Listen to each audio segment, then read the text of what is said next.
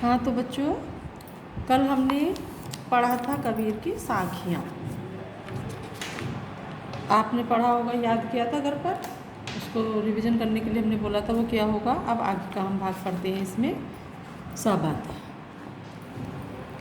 सबद को पद भी कहते हैं। हाँ तो ये देखिए,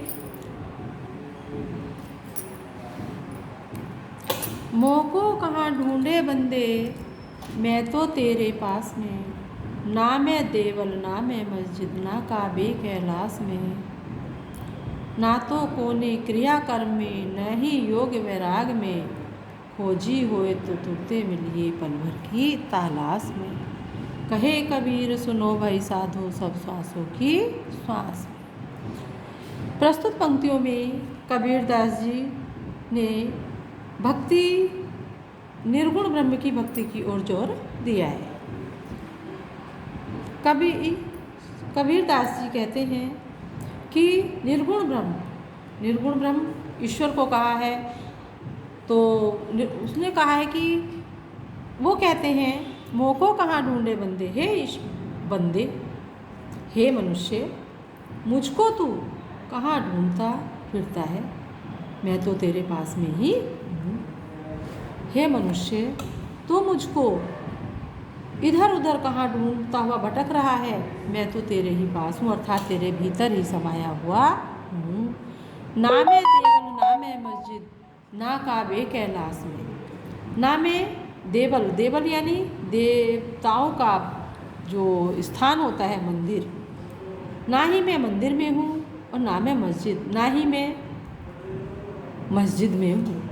ना काबे कैलाश में, ना ही मैं मुसलमानों का पवित्र तीर्थ स्थान काबा है, ना मैं काबा में हूँ, और ना ही कैलाश पर्वत पर विराजमान हूँ। हे मनुष्य, तू मुझे कहाँ ढूंढता है, मंदिर में ढूंढता है, मस्जिद में ढूंढता है, मुझे ढूंढने के लिए काबा में जाता है, कैलाश में जाता है, लेकिन मैं वहाँ नहीं हूँ।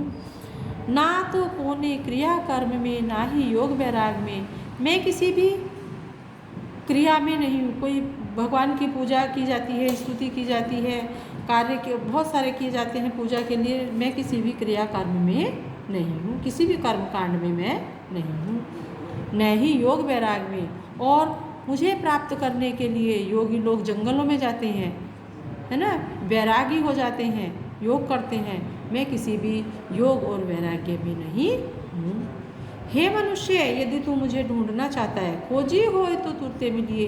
हे सच्चे भक्त, यदि तू खोजना चाहता है, अर्थात मुझे ढूंढना चाहता है, तो मैं तुझको तुरंत ही मिल जाऊंगा। कैसे? पल भर की तलाश में। यदि तू एक क्षण भी मन लगा करके, एक क्षण भी तू मुझे तलाशता है, अपने भीतर ही मुझे यदि खोजता है, तो मैं तुझको तुरंत ही मिल जाऊंगा।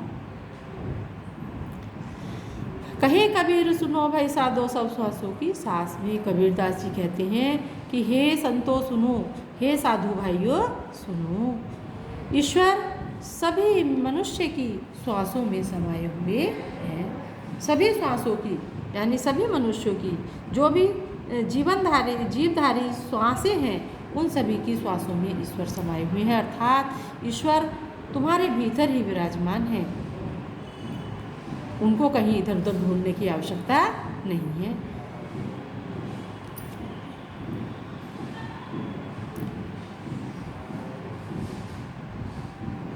अब आइए दूसरा भाग देखते हैं। संतो भाई आई ज्ञान की आंधी रे, भ्रम की टाटी सबे उड़ानी, माया रही न बांधी, कुतचित की द्वे थूनी गिरानी, मोह बलिंडा टूटा, तृष्णा छानी परिघर उपरी, कुबुद्धि का भांडा फूटा। जोग जुगति करी संतो बांधी, निरचु चुबे न पानी, कूड़ कपट काया का निस्या, हरि की गति जब जानी। आंधी पीछे जो जल बूथा, प्रेम हरिजन भीना, कहे कबीर भान्य के प्रकटे, उदित भया तम खीना। तो बच्चों, इनके शब्द अर्थों पे ध्यान दीजिए। शब्दों के अर्थ देखिए पीछे भी दिए हुए हैं, इसको पढ़ लेना, और जो मैं पढ़ा रही हूँ उससे भी शब्दों के अर्थ पर ध्यान देना, तभी आपको जल्दी से समझ में आ जाएगा। संतो भाई आई ज्ञान की आंधी रे, कबीरदास जी कहते हैं कि हे संत भाइयों, ज्ञान की आंधी आ गई है, अर्थात ज्ञान प्राप्त हो गया है। हे संतो भाई आई ज्ञान की आंधी रे। हे संतो, जब ज्ञान प्राप्त हो गया, ज्ञान की आंधी आ गई अर्थात ज्ञान प्राप्त हो गया तो क्या हो जाता है, यानी जब मनुष्य, अभी ऊपर बताया आपको, इधर उधर ढूंढते रहते हैं, ईश्वर को तलाशते हैं, लेकिन नहीं मिलते हैं। ईश्वर कहाँ है? जब मनुष्य को ज्ञान प्राप्त होता है तो वो अपने आप ही स्वयं ही जो है क्या हो जाता है, देखिए मनुष्य में एकदम परिवर्तन जो हो जाता है उसको बताया है कबीरदास जी ने कि कहा है कि हे संतो, जब ज्ञान का प्राप्त हो जाता है तो उनका जो है सब एकदम बदल जाता है। संतो भाई आई ज्ञान की आंधी रे। हे संत भाइयों, ज्ञान की आंधी आ गई है, ज्ञान रूपी आंधी आ गई है। जब देखते हो आंधी आती है तो सब कुछ उड़ जाता है, सब टूट फूट हो जाता है। उसी प्रकार से जब मनुष्य के अंदर से ज्ञान प्राप्त होता है, कबीरदास जी कह रहे हैं कि मनुष्य को जब अपना अंदरूनी ज्ञान प्राप्त होता है अर्थात ज्ञान रूपी आंधी आती है तो क्या होता है, भ्रम की टाटी सबे उड़ानी।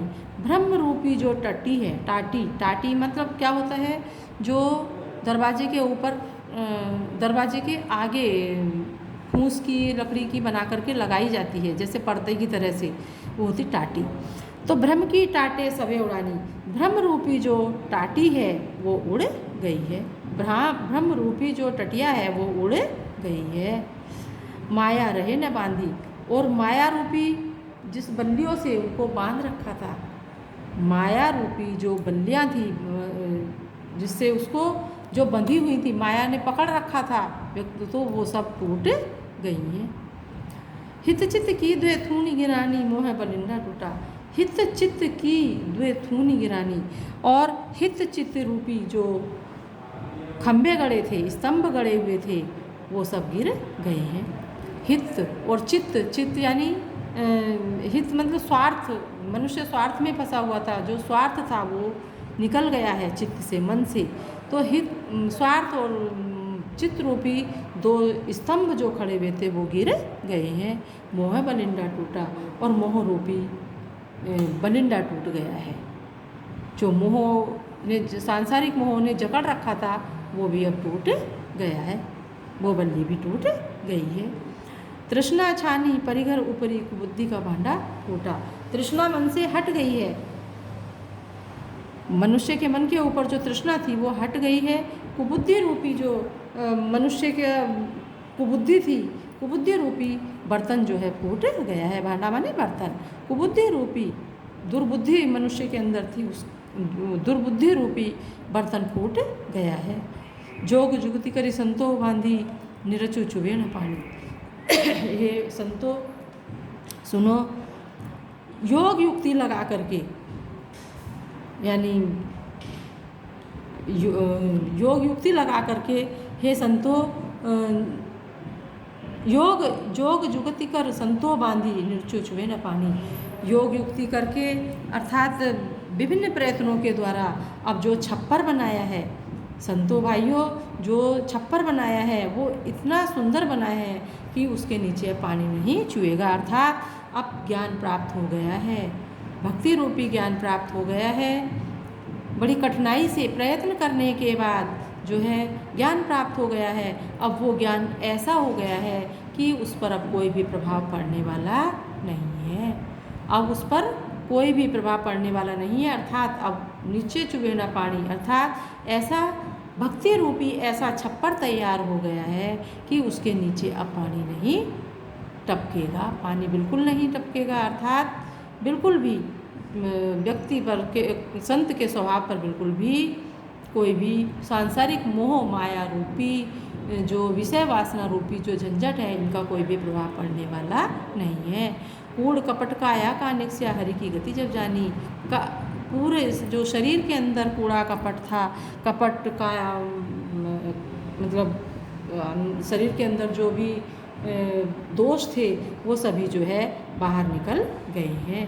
कब? हरि की गति जब जानी, जब हरि अर्थात जब ईश्वर की भक्ति संत को मिल गई।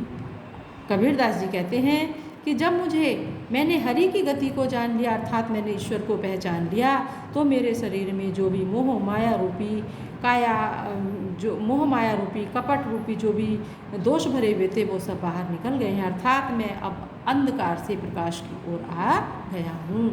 आंधी पीछे जब जल बर बूथा प्रेम हरिजन भीना, कहे कबीर भान के प्रकटे उदित भया तम कीना। कबीरदास जी कहते हैं कि जिस प्रकार से आंधी आती है और आंधी के बाद जल बरसता है तो उसमें क्या है, एकदम सांसारिक मनुष्य आनंदित हो जाता है। आंधी के बाद जल होता है फिर उसमें बड़ा एकदम सुकून सा मिलता है।